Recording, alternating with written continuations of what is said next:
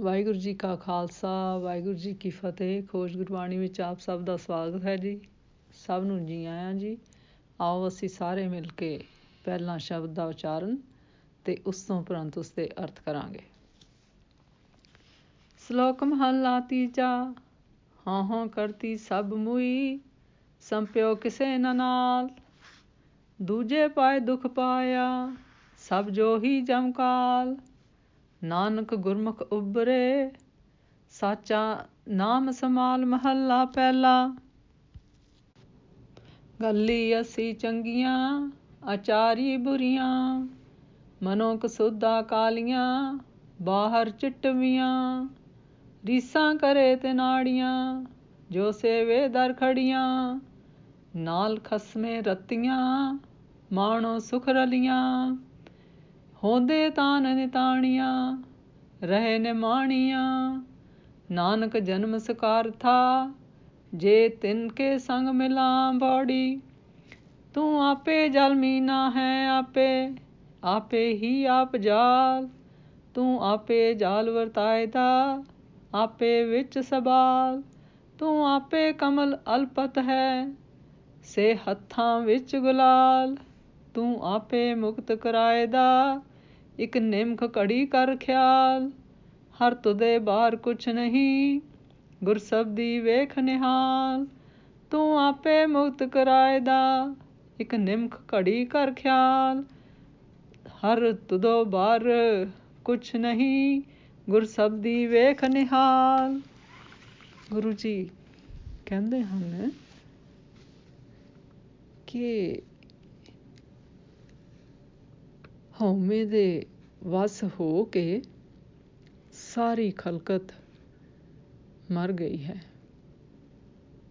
ਪਰ ਧਨ ਪਦਾਰਥ ਕਿਸੇ ਦੇ ਨਾਲ ਨਹੀਂ ਜਾਂਦੇ।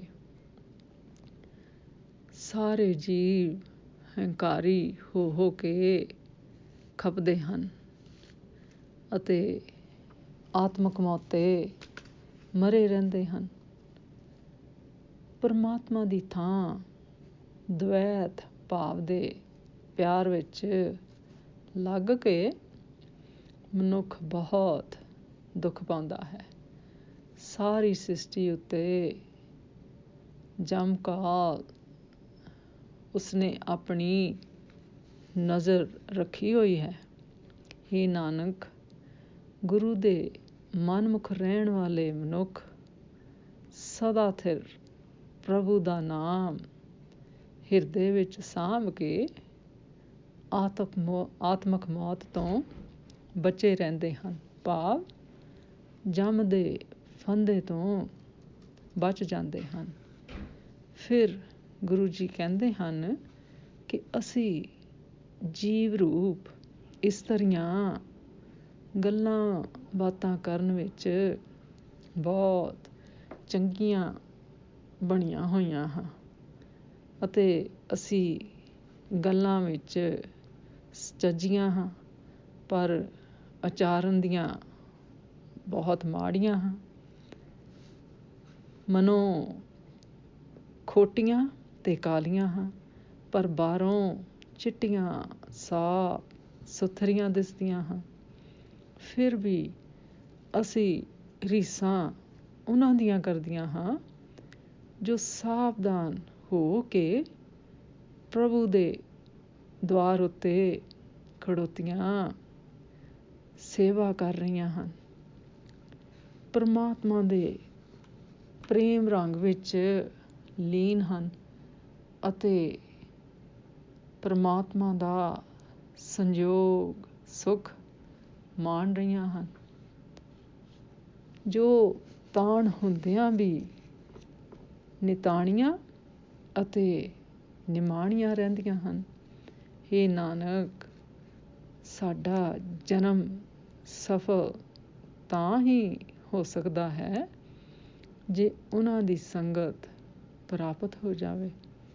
ਫਿਰ ਗੁਰੂ ਜੀ ਕਹਿੰਦੇ ਹਨ ਕਿ ਹੇ ਪ੍ਰਭੂ, ਤੂੰ ਆਪ ਹੀ ਜਲ ਹੈ, ਉਸ ਵਿੱਚ ਰਹਿਣ ਵਾਲੀ ਮੱਛੀ ਵੀ ਆਪ ਹੀ ਹੈ ਅਤੇ ਉਸਨੂੰ ਫਸਾਉਣ ਵਾਲਾ ਜਾਲ ਵੀ ਆਪ ਹੀ ਹੈ। ਤੂੰ ਆਪ ਹੀ ਜਾਲ ਵਿਛਾਉਂਦਾ ਹੈ ਅਤੇ ਆਪ ਹੀ ਜਲ ਵਿੱਚ ਪੈਦਾ ਹੋਈ ਕਾਈ ਵੀ ਤੂੰ ਆਪ ਹੀ ਹੈ।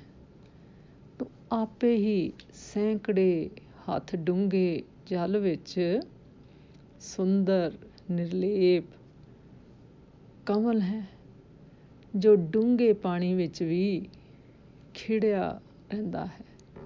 ਹੇ ਹਰੀ, ਜੋ ਜੀਵ ਇੱਕ ਪਲਕ ਮਾਤਰ ਤੇਰਾ ਧਿਆਨ ਧਰੇ, ਉਸਨੂੰ ਤੂੰ ਆਪ ਹੀ ਇਸ ਜਾਲ ਵਿੱਚੋਂ ਛਡਾਉਂਦਾ ਹੈ। ਭਾਵ ਇਸ ਮਾਇਆਵੀ ਪ੍ਰਪੰਚ ਤੋਂ ਤੂੰ ਆਪ ਹੀ ਉਸਨੂੰ ਮੁਕਤ ਕਰ ਦਿੰਦਾ ਹੈ। ਹੇ ਹਰੀ, ਤੇਥੋਂ ਪਰੇ ਹੋਰ ਕੁਝ ਨਹੀਂ ਹੈ। ਸਤਿਗੁਰ ਦੇ ਸ਼ਬਦ ਦੀ ਰਾਹੀਂ, ਭਾਵ ਗੁਰੂ ਦੀ ਸਿੱਖਿਆ ਰਾਹੀਂ ਤੈਨੂੰ ਹਰ ਥਾਂ ਵੇਖ ਕੇ ਕਮਲ ਫੁੱਲ ਵਾਂਗ ਚੜ੍ਹਦੀ ਕਲਾ ਵਿੱਚ ਰਹਿ ਸਕੀਦਾ ਹੈ। ਗੁਰੂ ਜੀ ਕਹਿੰਦੇ ਹਨ ਕਿ ਦਵੈਤ ਭਾਵ ਕਾਰਨ ਮਨੁੱਖ ਦੁੱਖ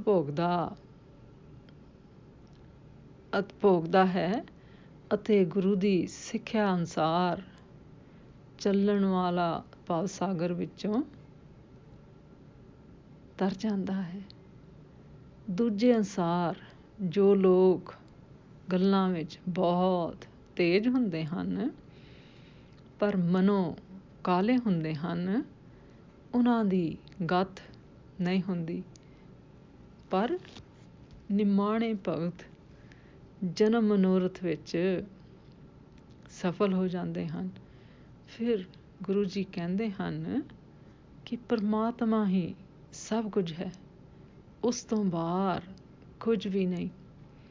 ਉਸ ਨੂੰ ਗੁਰੂ ਦੇ ਸ਼ਬਦ ਰਾਹੀਂ ਪ੍ਰਾਪਤ ਕਰਕੇ ਗੁਰਮੁਖ ਮਨੁੱਖ ਆਨੰਦਿਤ ਹੋ ਜਾਂਦੇ ਹਨ।